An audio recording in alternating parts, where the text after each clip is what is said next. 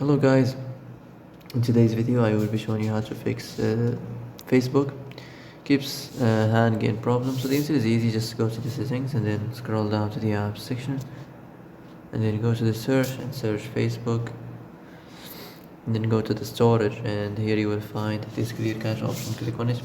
Now you can go check it if it worked, and if it didn't you can try to restart your phone or turn the Wi-Fi off and on, or the Bluetooth or the airplane mode. Also you can try to clear data, but be careful. If you clear data, all these applications data will be deleted. This includes all files, the settings, the accounts, the databases, etc.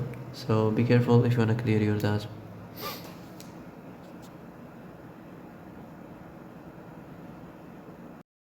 And that's it for today's video. I hope this is the answer you've been looking for. If you like this video, don't forget to like and subscribe, and see you in the next video. Thanks for watching.